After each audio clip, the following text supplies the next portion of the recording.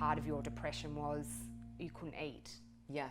So how did that happen? What was that like? It's so weird to me because I'd always been a chunky lass. Right. Well, at least all the way through from about 14 or 15 Right. until my early 30s when it all dropped off. I had always thought that if I was going to be, if I was going to become depressed and have some eating issue, I would have always thought that I'd go the other way. The other way, right. Just, And overeat. my and binge feelings. and, yeah. Oh my goodness. On that day, on November the 11th, I couldn't even imagine eating half a sandwich. Wow. I could as much eat, I don't know, a bag of chips as I could fly to the moon. Yeah, It was like this switch just suddenly went off. So you physically couldn't eat food? No, just For couldn't. how long? Oh, 2.5 years. So how does somebody function and live not eating? That's the weirdest thing, because you would have thought, oh my God, you'll have heart palpitations or you get really dizzy or whatever. I don't even remember having a stomach rumble. It was like that side of my brain just switched off, which is sort of like, somebody going, I forgot to breathe.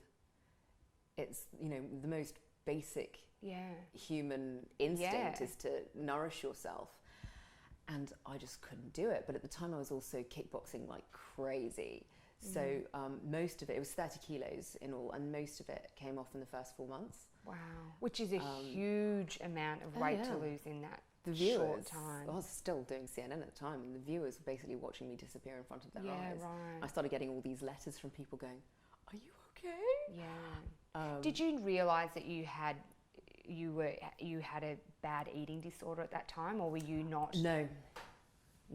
So watching this weight fall, that must be a whole part of the sickness, is not acknowledging what's going on, in denial. Yeah, absolutely. And even, obviously I had to go and replace my entire wardrobe very quickly.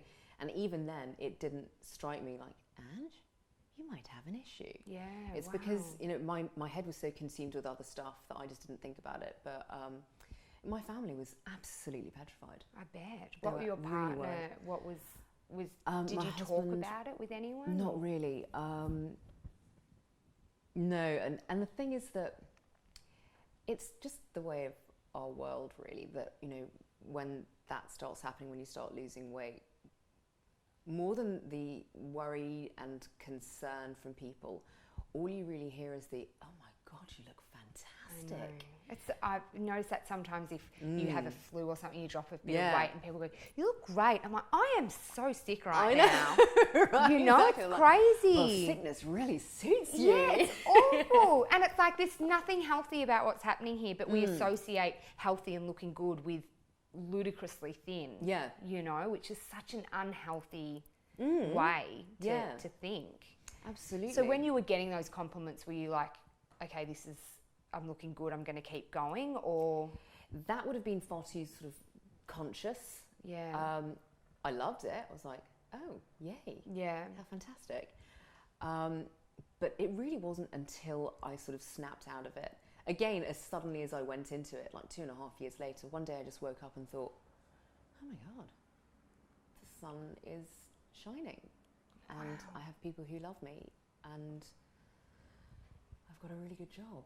And oh my God, I'm tiny. Yeah, right. I just like go and high five myself. We're asleep for 2.5 years. Yeah, that's exactly what it was.